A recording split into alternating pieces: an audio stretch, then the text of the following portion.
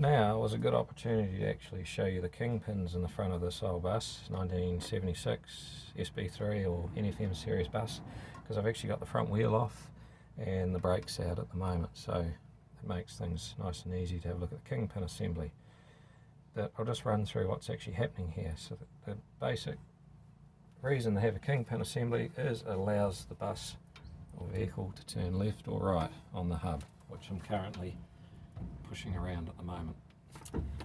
And there is like a bush in the top and a bush in the bottom, and then there is a Kingpin which runs right through the middle, and there are grease nipples to lubricate your top bush in the side here and on the top. And on the bottom bush there is a grease nipple down here and one on the underside which we can't see at the moment. Now there is a bearing, which is this guy down in here, which I'm moving around.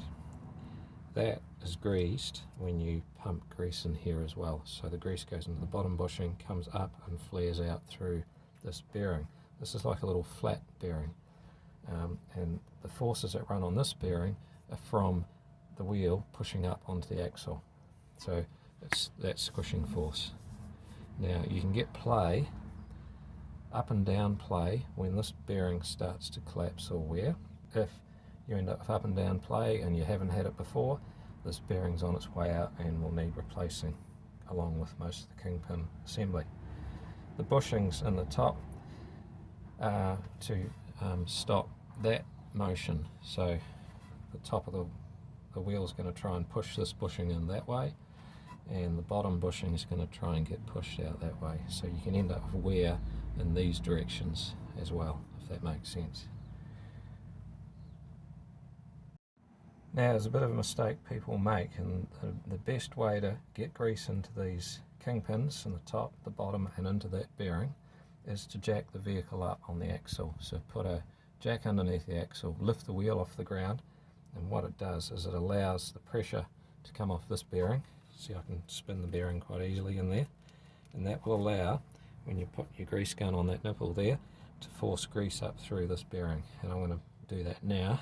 So I'll turn that around a bit and we'll put the grease gun on it and we'll put a bit of grease into it.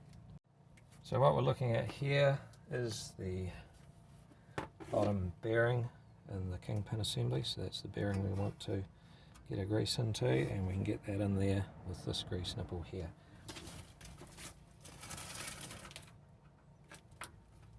So we'll get the gun on that and we'll start pumping it in there and see if we can get it to come through that. There we go. So the grease oozing out of there, that's what you want. And we're going to flush out all the rubbish.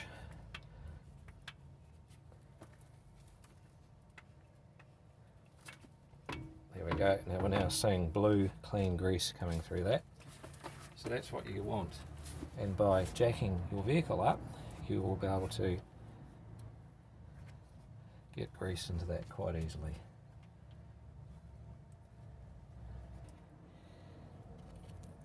I'll just leave that smeared around on there, and that'll keep the water out of it.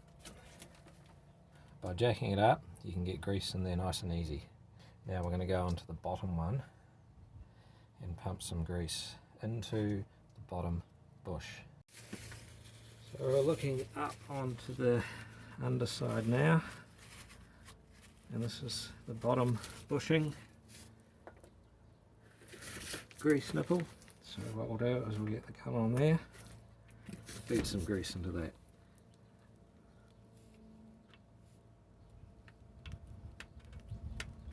Starts to flare out the bottom cap, but I can also see it coming through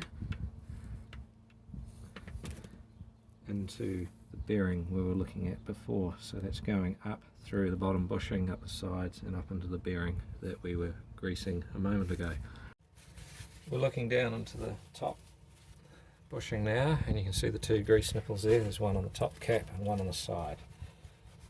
So what we'll do is fire some in the top cap into the bush,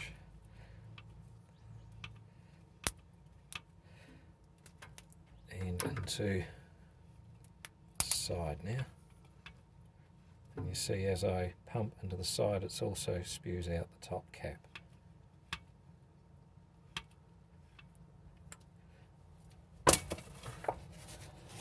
It's okay to be excessive, just wipe off the excess, because by pumping lots of grease through it, you flush out all the contaminants, road grime, rubbish. There you go, so that's the top one done.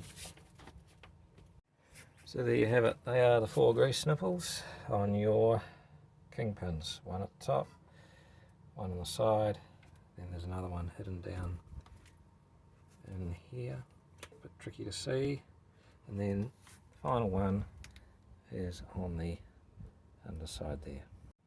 So that just about concludes that.